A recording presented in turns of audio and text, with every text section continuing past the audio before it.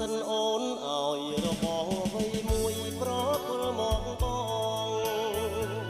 ស្រស់ទៅលួនអងបងក៏រត់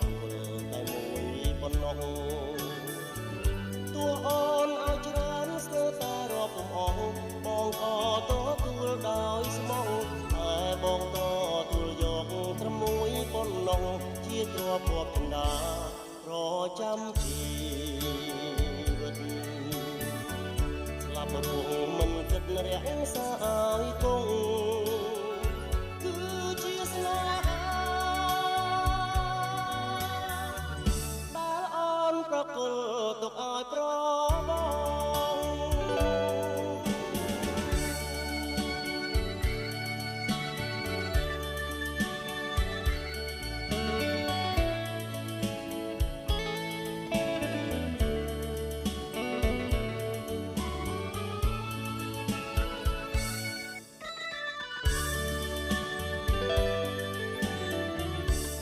ក្រៅពីនោះដែលទៅស្រីស្រស់ឲ្យប្របងដែ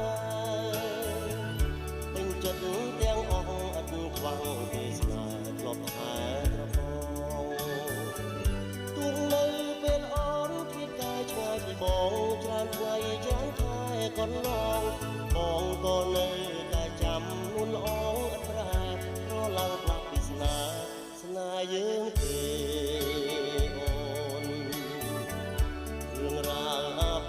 បណ្ដាចោលតាមក្បូនចោលទៅឲ្យឆ្ងាយ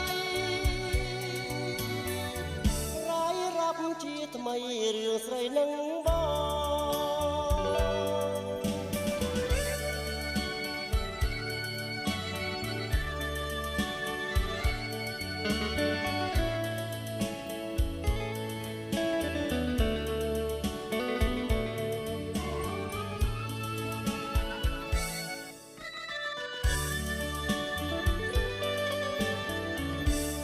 ក្រៅពីនោះដែលទៅស្រីស្រស់ឲ្យប្របងដែ